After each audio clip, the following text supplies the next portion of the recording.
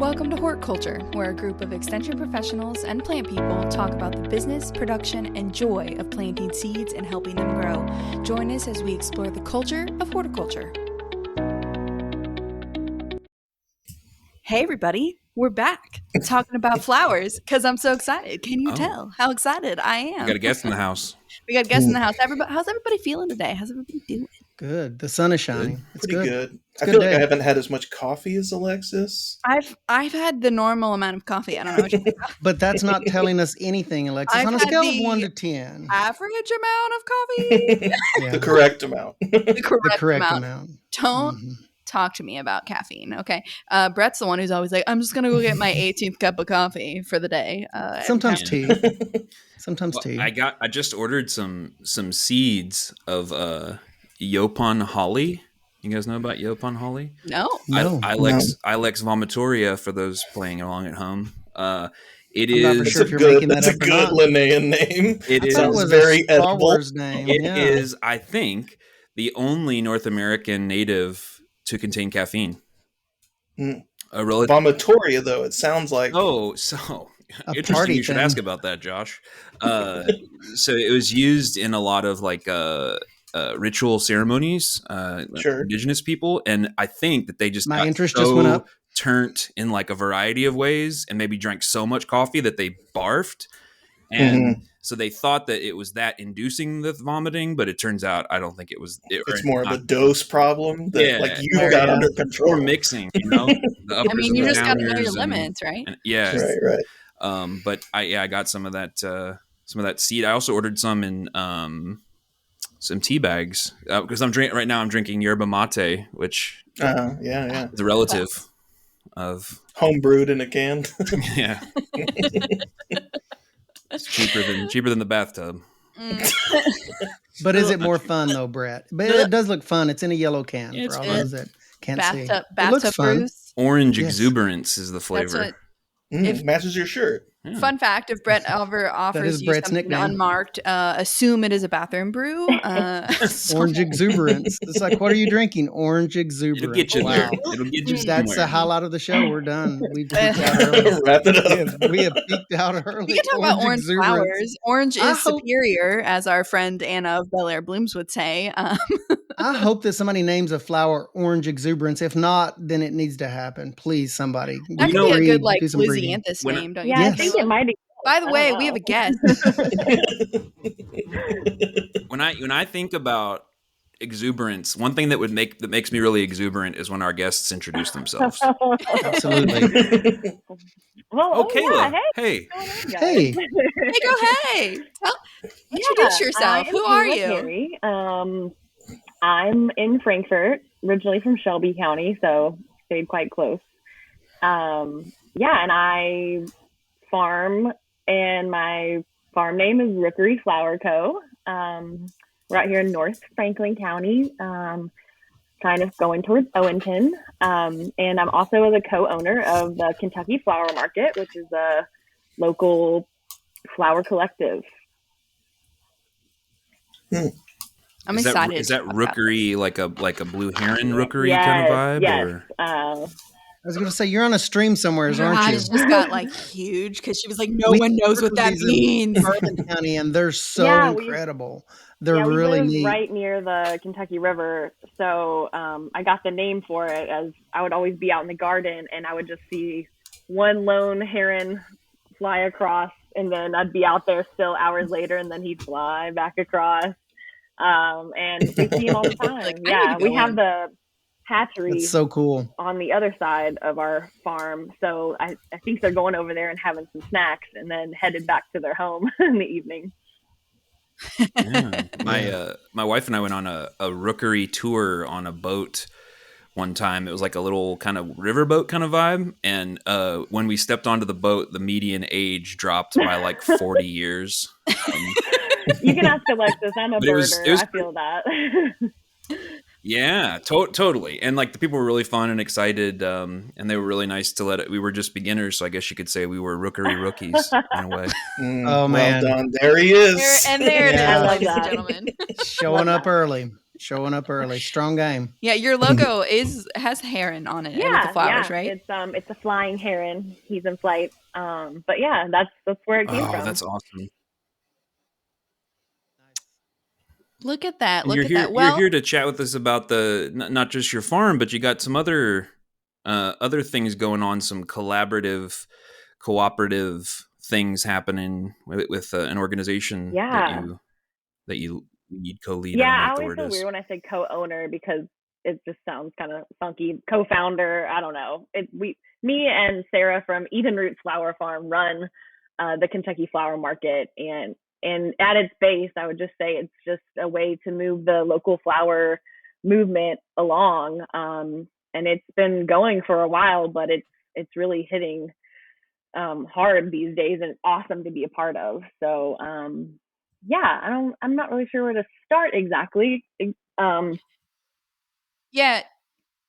Tell us how you got started with flowers first, Kayla, like just in general. I mean, my family has gardened, like basic veggies just for your home use.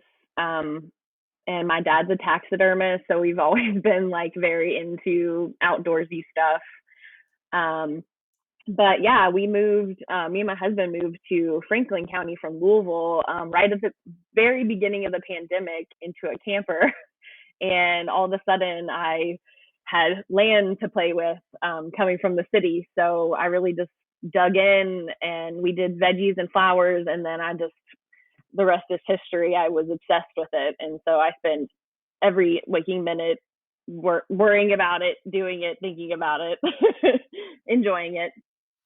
Yeah, so I haven't been doing it that long. Probably that was 2020 March when we moved out here. So yeah, you really went in hard. There's a lot to learn in a short amount of time. You've covered a lot of it. So well, it's very impressive. Coming from you. I often wonder. I wonder how, like, all of you folks that do all things flowers, grower, producers, designers, the whole thing. I mean, the timeline in Kentucky, from what I observe now currently, there's just so much interest. We were talking on an earlier episode about these like fruit and veggie conference breakout sessions being just packed and so much energy. But when did this start happening, guys? This kind of energy and snowball effect, or has it been here for a while? As far as people into flowers, I mean, what's going on? Yeah, I mean, it's been happening for a while, like on the long-term timeline. But yeah, it really has hit a big boom with the introduction of Pinterest is really a kind of the marker of where flowers, local flowers in general, kind of like just went crazy because you had all Instagram, these Pinterest, photos. And we already know wedding industry is big anyways. But now people could really show what they wanted. Yeah. So visual. Mm-hmm. I never even thought about that. That's kind Pinterest, of, that makes so much sense. About that. Yeah. Pinterest was, I mean, we all had, I don't know about you guys, but we all had Pinterest boards, right? I still have Pinterest boards that hold all my recipes. Yeah. So a lot of designers use those still currently. Yeah. Mm-hmm. Showcasing their work and stuff like that. Yeah, we talked about all the beautiful stuff on those places. You never see like some of the shots off to the side of people crying with dirt under their fingernails. So dealing with problems. It's always the farmers, most dealing with the fire of the day. It's always these beautiful, but it's very inspiring. It's very inspiring when those of us that, are used to growing and doing things, we kind of, know that there's a lot that goes into that, but it's so inspiring. All those visuals. Yeah. I have a question. Inspiring. And I was gonna say it's inspiring until you're feeling bad about the lamb's quarter that you have that's like 8 foot tall, and you're like, oh, this other person's farm is so beautiful. Comparative depression. Mm-hmm. Yeah. Yeah. You talked about your family done some vegetable gardening stuff, and you do some of that as well, but was there ever a transitional moment from growing food to growing flowers and understanding that value and that appreciation of that thing? I personally have had that journey of sort of like, if you couldn't eat it, I didn't want to grow it in the past. And now I don't think we grow things that are edible, but they're not primarily for edible, I guess some herbs, but just curious what your journey with that was. I think like to my core, I'm a kind of creative person, so I like photography and all that kind of stuff. So it was just kind of like a natural flow. We already like to like homestead and stuff. Like I like to grow my garlic and I like to have my things and, try to can things, snap some beans. But yeah, every time something bloomed, and you all probably understand this, it was like cocaine. And I was just like obsessed over it. And so, Drugs. yeah. It's this infusion of happiness. I don't think I really had much control over it. I need to get what, I don't know. You. I mean, we might not be growing the same varieties. I might need to get a little. You got to get the poppies. It's all that morning glory. It's the poppies. Side note about flowers and cocaine and drugs. Of course, Alexis has an aside. Here we go. I saw a video. I think I sent it to Kayla. And I think they were was it Norway? Where these swans were refused to leave this poppy field, and they and they were so high that they couldn't fly. Their necks were all like, and they wouldn't leave. Flopped over and. It was like part of I think like a little snippet from like a documentary or something like that, and they were interviewing these people. Man, and these swans were just so high from these poppy fields, and migrating. They were. What's winter? And they had to catch them and escort them off the property.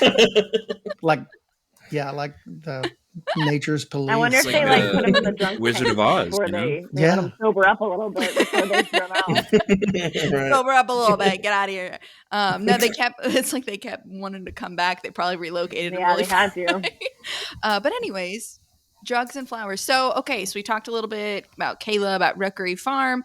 So Kayla, tell us tell us first what a flower like collective is. Like how does KFM function? And then we'll talk maybe a little bit about how you got started with it. So, I mean, when I explain it to people, it's just a group of flower farmers selling together is what I say very plainly. But it's a lot more than that. It's a group of flower farmers supporting one another. And also, when you sell together, the strain on the individual farmer gets taken off and the collective deals with that. So it's like a support group and also some education and just a way to bring the flower community together. So basically we have around 30 farms that participate in our collective, and they upload their inventory every single week. What they have, their predictions are about 7 days out. And you post it on our platform. It's just like any online shopping experience for somebody who is shopping it. You get an order, you go cut your order, and then you bring the order to KFM, which is in Simpsonville, our storefront. And then the collective distributes it and takes the money and then distributes the money back out to the growers. But we take care of the logistics, all of the communication with buyers, which the logistics and communication are the biggest chunk of time, other than the actual growing that you have to do to actually move your product off your farm. And it's a lot. So yeah, that's like our biggest function. We take that chunk of responsibility off the grower and we take care of it. And then in part, you kind of get to sell more because you have a farther reach. That's another benefit of the collective. Sorry, that was a horrible explanation. No, that's perfect. That's perfect. Now you say, so farmers are bringing their stuff in after they've gotten an order. So who is buying this stuff? I mean, I know that sounds like a simple question, but it isn't quite as simple as that. The answer is everybody, really. So we have the wholesale. So you're buying it in 10 stem bunches, sometimes 5 at wholesale pricing. So our main, target, for lack of a better word, is wedding designers and brick and mortar florists. But with the Kentucky Flower Market now having their own brick and mortar storefront, we now have a retail component. So when our farmers send extra stuff in, they also get a second opportunity for sales. So one on the online platform ahead of time, you send anything extra you have, you might get, a few more sales after the fact of stuff that you might have just thrown in the compost, didn't really have anywhere to put. So it's everybody's buying, everybody wants to buy, everybody's very excited and interested in local flowers, and the response has been insane just from the community, now that we're here. Do you find that producers are just like, when they find out about you guys and they might not have known about you guys before, that they're just super pumped that you can take some of the marketing load off of them? Do you guys find that just like that makes people happy? I I don't mean, know. that's I I've never wondered really about had that. that like direct comment, probably. Honestly, for some of the growers initially, this is our second year, we had to kind of dispel that competition factor, because small farms do feel like other small farms in their area are their competition. And we're here to say, like, no, that's not true. You can sell more when you sell together. I do think people, once they start doing it and they understand what's happening, that they love it, because you literally just get your order and then whatever you go and harvest has already been sold. So you're cutting. Yeah, and that's awesome, and that's what I was, I guess, getting at. If I were producing things, that takes a lot of time, and then the marketing takes a lot of time. I would be thrilled to find someone, like yourselves, that are doing this and helping out with part of the process. Because if they wanted to focus on growing, they could maybe focus a little bit more on growing. Is the way I'd see that. So that's awesome. Yeah, it seems like that serves such an It important also role here helps in with Kentucky, burnout, which is especially. one of the biggest problems in the farming community.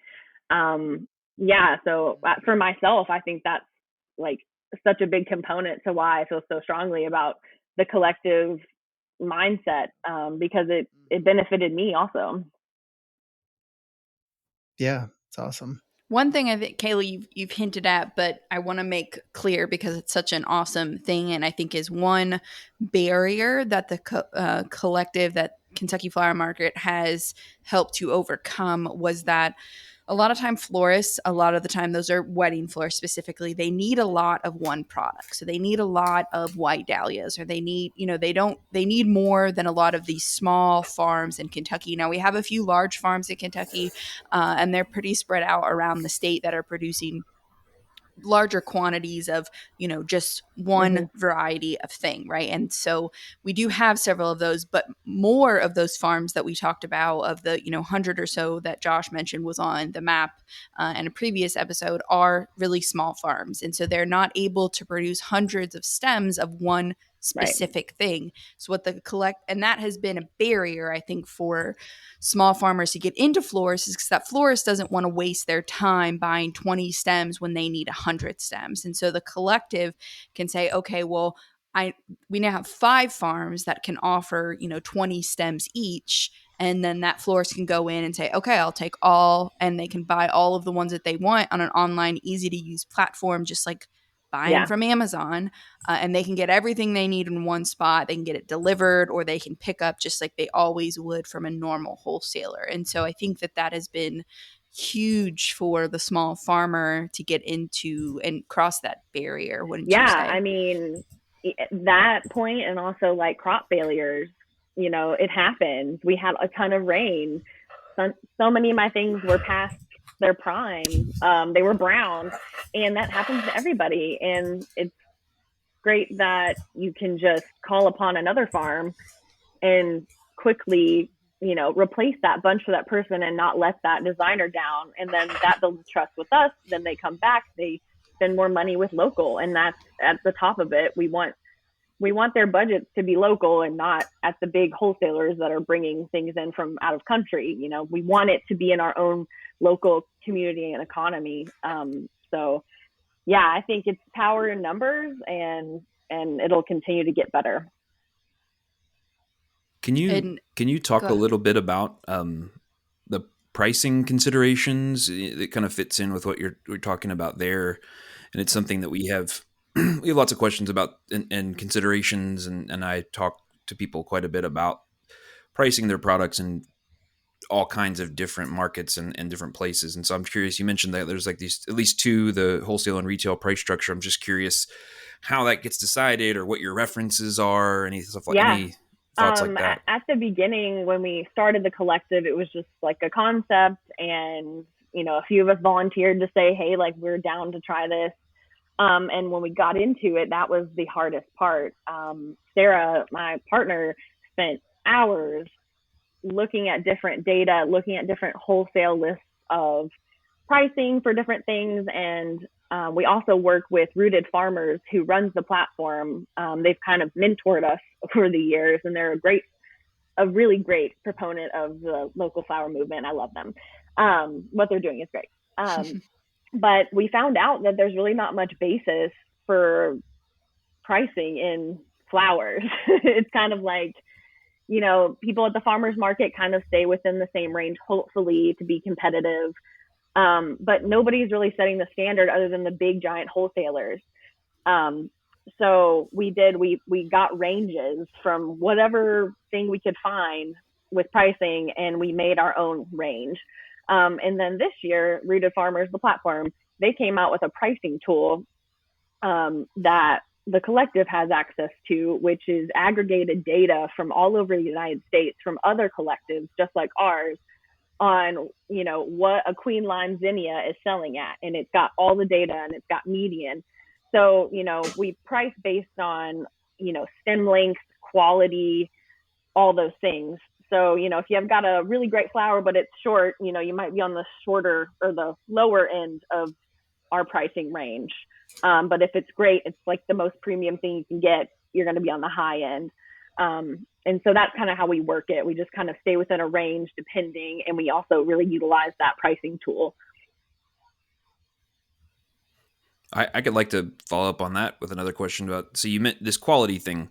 This is something we see in, first, so is this considered a cooperative? It's not a cooperative structure. We did consider that, but we wanted to get going, and it was already the beginning of the flower season. So we went with an LLC situation. I think that it could move to a cooperative structure in the future, but that's just how it is now. Cool. So within any sort of collaborative venture, when you're aggregating product from different places, that quality component becomes really important for the overall brand of the collective in this case. And so I'm curious, I know in some attempts at collaborative stuff in the past, there have been some issues with different understandings of or lack of understanding of what quality means. So are you having to do member training and education and enforcement and eye rolling and arm crossing and everything? You said the E word, enforcement. What's that been like? Stressful, but it's a great learning experience, especially for someone like me who didn't have a lot of wholesale or direct to florist experience. I learned a lot. We do have to send, contact people every once in a while and be like, hey, this wasn't good, or by the time it got to us, maybe it was brown, something happened, but it's really not that often. And we do set the standard at the beginning of the season. We bring in people like Alexis to kind of help educate our group on what it is that we need from them. And really, people just want to grow great stuff, and so they take pride in what they're sending, I think. And so, we don't have a huge issue within our group. And the collective model, we talked about, they can buy from lots of places. They know who they're buying from. So that was the other thing I think that in those beginning talks, and, Kayla can talk more about this, but people they're proud of their product. They want to keep their name on it, most of the time. And so there was kind of well, if I've already been working with a florist, can they keep buying from me, but through the collective, just to make my life easier or whatever. And so if that florist knows that Rookery Flower Co. has the best sunflowers, they can go directly and buy Rookery sunflowers. But they can also buy, Eden Roots' sunflowers if they want to, and try those out. But there's still a name attached to all of these things. It's just a way for you to get more products from more farms. And I think that was something really important, both from the farmer wanting to be proud of it, but also to give recognition, but their name is attached to it. Like we know where it came from, and more than just, not just Kayla and Sarah know about it when it comes into the collective, but the florist knows about it. And so, they want to give the best product that they can. Yeah. And sometimes somebody agree? will, come back to a farm through the collective because they've gotten good quality product from them before. And it's great for the reach of farms because we deliver in Louisville. So our people out in Lexington and Harrodsburg and people who can't make it work to deliver all the way to Louisville, your product's still getting to go to Louisville where you may not have been able to make that relationship due to logistics. So the reach is great. Can you talk about the timeline of developing buyer relationships, and are there particular questions or confusions that they have or had in the past, and what do you think is like the value proposition that you offer to buyers that the ones who buy from you regularly kind of pick up on? Yeah, we first and foremost try to set forth with the best quality. So yeah, we really worry about that. So if something's kind of maybe on the verge, then we work hard to replace it with something that's good. So I think that they know they can come for quality. We've made that reputation. I do think that some barriers we've had is getting people who buy, florists and designers who have been in the game for a while, getting them to go with our process. Most florists and designers have been possibly buying from the big wholesalers, and they can make their orders way ahead of time, like maybe a month. How far ahead, Alexis? Yeah, I mean a month, but they can ask for things Super 2 or 3 months because they advanced. know, yeah, it's for those standard things that they know for, the past 20, 30 years. Columbia has always had X ready, or, not wherever, has always had tulips in these months. And so they have a lot more data to work off so of. we are asking them to change what they've done forever. And that's been hard to get them to trust us, and know that they're going to have to trust us even more because we can only give them 7 days advanced on what we have, which is a huge difference. So do you all know, so in those other wholesale markets and wholesale production systems, is that predictability or that order ahead component, is that based on there being a centralized buyer in those places and there's lots of farms who are growing them, and so they know that, where does the certainty of the supply come from in the larger markets, and what makes that difficult for Kentucky markets? Well, I think it's just simply because when you're buying from the big wholesalers, they have huge farms outside the United States. So the volume that they can get is just insane. And so they normally don't have a problem getting that.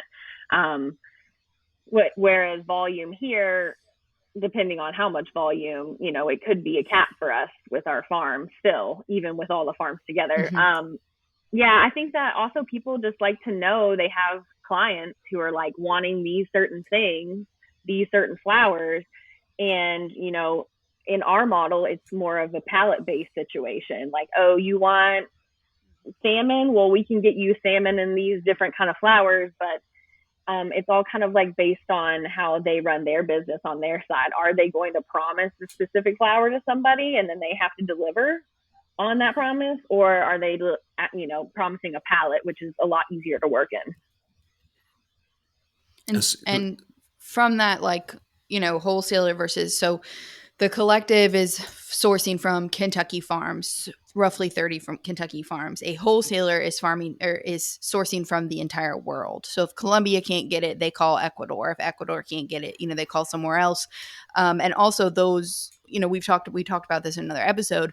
They've been doing it. Those farms have been around for a long time. They have greenhouse structures. They have a climate that is, there's no winter there, or, whatever it is, where we're dealing with seasonality, crazy weird climate. in Kentucky, seasonality of it. Plus, we've got all these climate change things coming in, wind, rain, all of that is going to affect the quality of a flower, how much is available, the heat, all that.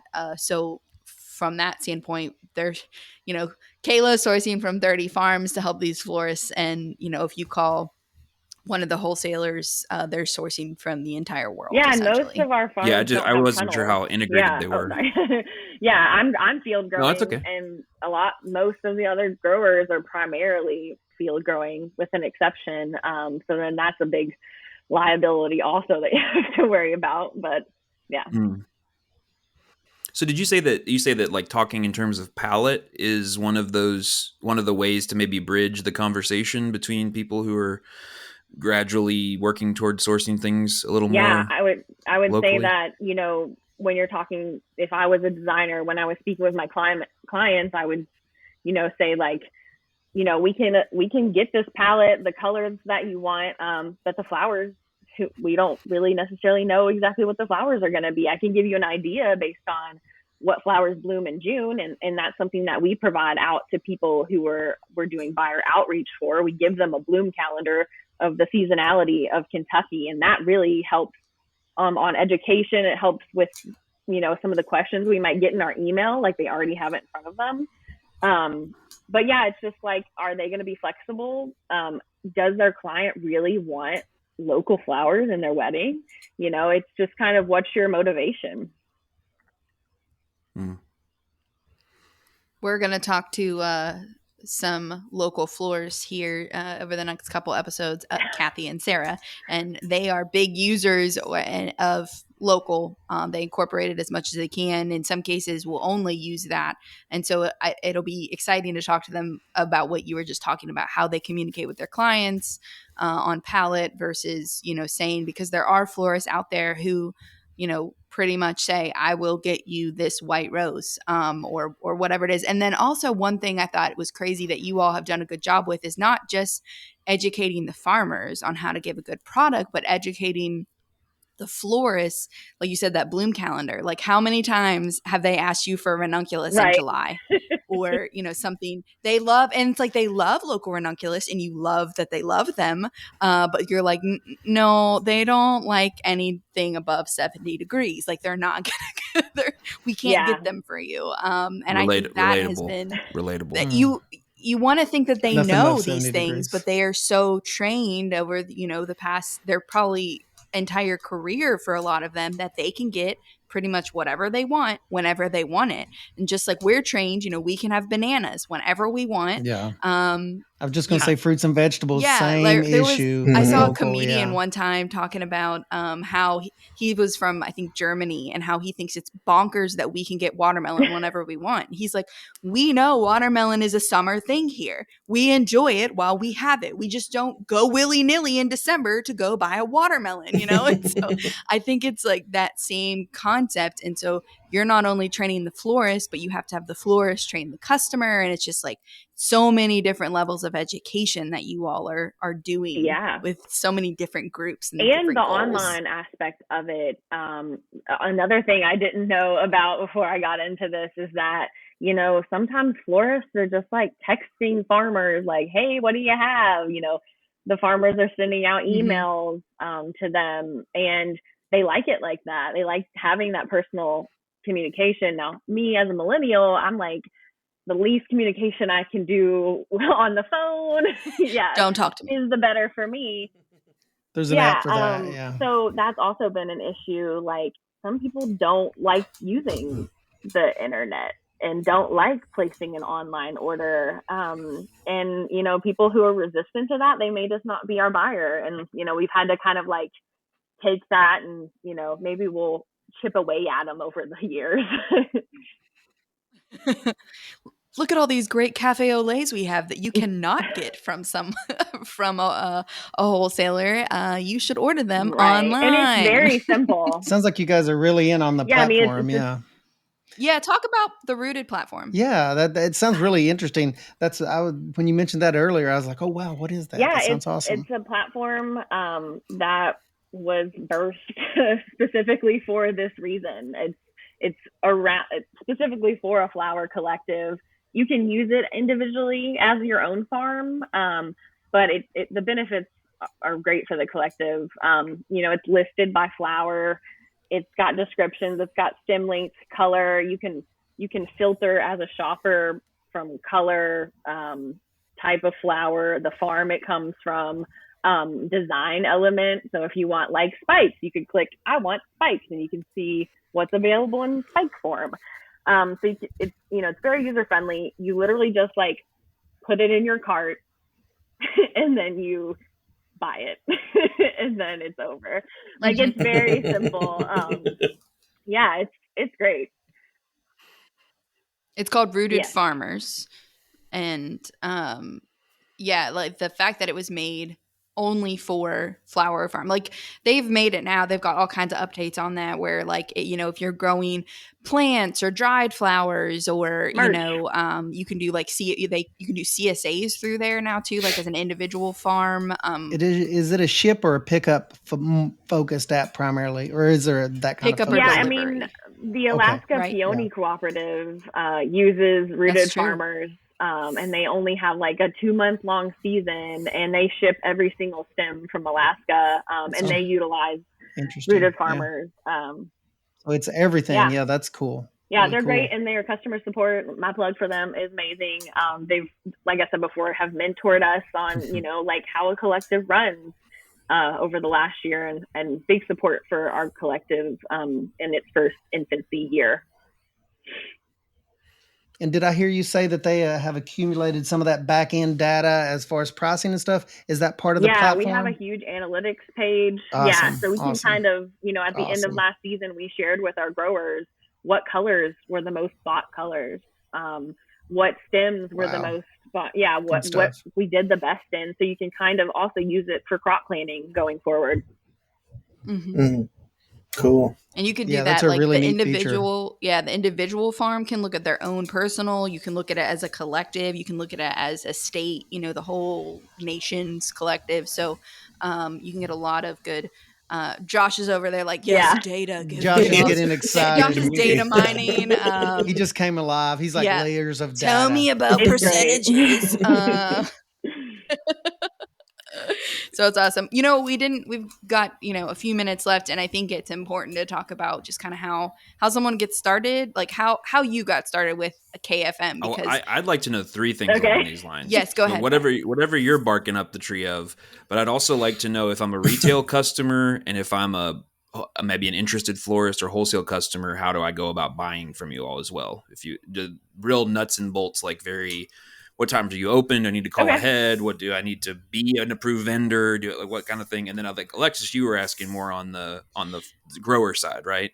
Yeah, I just think if people are listening and want to get, well, no, not necessarily growing. I think how Kayla got into KFM and how KFM became a thing, just like a quick little interesting. I just find it interesting, and you all did a lot of flaming hoop jumping, I think, and that should be exciting, talked about and rewarded. I mean, you all did a really incredible thing for the growers here in a very short amount of time, and I want you to brag about it a little bit. Basically, I had sent a very frantic email out a few years ago, or a year or two ago, saying I wanted to open a 100% local floral shop here in Frankfurt, because I just thought it was like, I have friends that open local food hub, and it's all local grocery store, and I'm like, that's so cool, we should have it for flowers. I had sent that to a fellow grower / good friend, and she had been invited in on a phone call with Sarah from Eden Roots, who had been a part of a collective in Colorado and wanted to start one here in Kentucky. I did not know anybody that I went into business with prior. But we talked to some people. We talked to Brent. What's his last name? Brent K-Card. We talked to K-Card and got their ideas on, should we start a cooperative? Like, what are the barriers? What do you need? Anyways. And then we started the group and we put it out there. We made a business, got a tax ID very quickly. It was Sarah, myself, and then Phoenix Hill Flower Farm. who like founded it initially, and we just started running it out of Sarah's barn that was not air conditioned, and it was down in her backyard, and it was very stressful. And it just kind of spiraled, and we applied for some grant funding last year. We didn't get it, and then they came back in December and said they had some leftover money. And then we got a really nice, cool grant. So that kind of really helped propel the Kentucky flower market to what it is now, which is the storefront, which is just so much more ideal than running it out of a barn. Wholesale and resale. Yeah. So we're open every Wednesday from 8:30 to 6, and that's weird, I know. But our basically the way it runs is our farmers upload their inventory every Wednesday morning, or should be Tuesday night. The online shop opens Wednesday morning, and it's open all the way through Monday at midnight. Our growers get their harvest list and they cut. Whenever they get an order, they know ahead of time. You harvest, and then you bring your product to KFM or to me on Tuesdays. So that's what I'll be doing today, is running the KFM shuttle from Frankfort to Shelby County. We sort it all, we get it ready for distribution, and then we have people that we pay to deliver, or people come pick up. And during those hours where we're delivering and people are picking up for wholesale orders, we open it up to the public, and retail customers can come in and shop. Now, we also do open on Saturdays occasionally for a pop-up if we have extra inventory, and we just did a workshop the other day. So we're kind of like sneaking into a bunch of different avenues as far as, how to get the public involved in local flowers more, as well as the wholesale. I forgot what else you asked. And so if I'm interested in being a wholesale buyer, do I need to do anything, or do I just go to the site? Yeah, it's free to sign up for an account. If you're a wholesale buyer, you need a tax ID number. So that's kind of important. And you kind of need to be like a floral designer or somebody who actually works with flowers to actually get the wholesale account. A reseller. Some people try to get it because they do something once a year, and it's kind of hard. It's like a gray area for us. And you can also get just a regular shopper retail account, which is also free. And then you just sign up quickly, and then you can go ahead and start shopping our inventory. So it's fairly simple. We have our website, we have our Instagram, we've got Facebook. We have little flyers with scan codes that we give out all the time. Everybody I talk to, I'm telling them about it. We also continue to do buyer outreach all the time as much as we can. So is the retail purchasing is all online as well? On Wednesdays, we have the extra products that growers you can pop in. You can just pop in and grab. But you can, as a retail buyer, you can buy it online as well. Yeah, and that's like your best bet is to pre-order to get what you want. There's a wider selection. What comes in the store as extras may not be like, it could be the most premium, cool Cafe Au Lait Dahlia, or it could be, something like a zinnia that people don't get super excited about. If you walk in, you're just going to you find get what random you get. happiness. Yeah, so I love pretty. it. You just walk in and find random smiles and happiness. Yeah, we also like carry like merch from our growers. Like I sell my t-shirts in there, candles, stickers, like it's plants. It's kind of like a whole smorgasbord. And then as far as on the grower side, I'd imagine we have at least one or two people listening in who currently have a handful of flowers in their yard or at their farm or whatever, and they're dreaming of quitting their job and becoming a flower farmer and working with the Kentucky flower market. As far as becoming part of it, are you all at capacity? Are you looking for new members? What do you have to do to become a member, to become grower? Part of the collaborative? Grower. So we open up our applications in the winter time because that's when we have the capacity to manage that. Because I work full time and then off farm, and then Sarah also has stuff going on. So we're doing a lot of this like in our spare time or on work hours. So yeah, if you want to be a grower, sorry, I forgot what I was saying. if you want to be a grower, we pretty much don't want to gatekeep this. We think it's great. We want it to be open and accessible to whoever. We want people to be flower farmers. But we do have just a few light criteria as far as getting in. You want to have preferably some wholesale experience. So you've, went to a florist, tried to peddle your stuff. You might have a connection with somebody. You have to be able to bring your product to Simpsonville or to the meetup here in Frankfort with me, which is kind of a, it's on Tuesdays. It's kind of a strict timeline. So that kind of messes with people. You also have to have like an actual business with a tax ID number.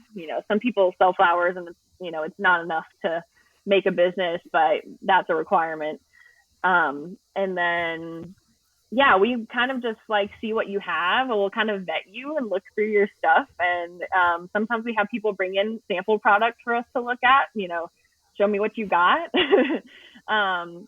But yeah, we also want to like foster learning and love too. So we have, some fresh growers, but they've really taken it and ran with it. And so, it's hard for us to judge. We just want people who are committed to it. Yeah. We're serious. That's a big thing for me. If you want to be committed and consistent with participating in the group, then we'd love to have you. We don't normally open up applications during the season. We've made a few exceptions here and there, depending on what somebody grows. If that's something we have a hole in, we might grab you. But otherwise, it'll be in the winter. We'll open up applications and post it everywhere. And we will post a link to KFM website and their socials in the show notes so that you can easily find that. If you're interested in any way, shape, or form, you can get to the Rooted platform from the KFM website. Oh, yeah. Is that correct? Any particular flowers or particular color palettes that are in need, or that are always in need, or hard to find? If you look at the that if someone grew it, it would be amazing. Yeah. If you look at the data, you'll see that green and white are forever the top sold colors. So that's your foliage. People don't think about foliage sometimes, but that's kind of what I put my focus on this year, was having foliage, because it's something, people need, and other people do focal flowers better than me, in some cases. So, weddings are green and white. People love an all white wedding. I wish that would change to all rainbow colors, but we're still working on that. I would say also like peonies people love peonies. It's a short season. Those are a big deal. But I mean, really all flowers deserve their own showcase. You bring that up because Alexis has big peony envy of my peonies in my yard. Oh my gosh, Kayla. So they're in Lexington. Big peony They're in a envy. heat sink, and I literally will time my peonies based on when Annie, Brett's wife, will post a peony picture, because she always posts it. And I know that within 10 to 14 days, I should have peonies based on that photo. So it's always like, yeah, it's pretty consistently 14 days ahead. And I'm always mad because that first, what that's like, the first peony, right? You're like, oh, I just need it. And so I'm always super envious. It might be the extra dose of love that I'm giving them, not the heat. Not the heat. Is it the love? I just go out and give them something inscrutable. Give them a little. We always know who's ahead. Kiss on Brett hits the social media hard with all the pictures of the early peonies. Got to flex. My corgis love my peonies. They give them pee every day, so I feel like you can't top that. Because I call them peons. It is however you feel. I love the way you said it. Either way, I love both pronunciations. Ray says peony, don't you? So gone on peony. Now, I grew up in the far eastern part of the state, and the older folks would call them, the older generations, pineys. And I did not know what a piney was. And it was peony. I was like, oh, a piney. Okay. So there's 3 pronunciations I have heard, and they're all fine. I'm from Yankee stock, so it's a peony. So it's not my fault. I think I learned what it was as an adult, so whatever I have is just like learned. So forgive me. Awesome. Well, Kayla, thank you so much for joining us and helping us celebrate Kentucky Cut Flower Yes! Month and all the awesome work that you guys, you and Sarah, are doing. And just, I know you, there are times you're being run ragged, just trying to keep up with the florists and the grower needs. And, you guys are really doing such a great service to the entire flower industry in the state. And I'm very grateful to have you and know you, and you're just wonderful. And thank you for being with us thanks today. y'all for having us These are real and tears. highlighting this. It's not just July Cut Flower Month for us, it's every month. It's important stuff. So I love the work that I'm doing, and it's cool, and I get to meet so many cool people. I get to know you guys. What an exciting journey. Awesome.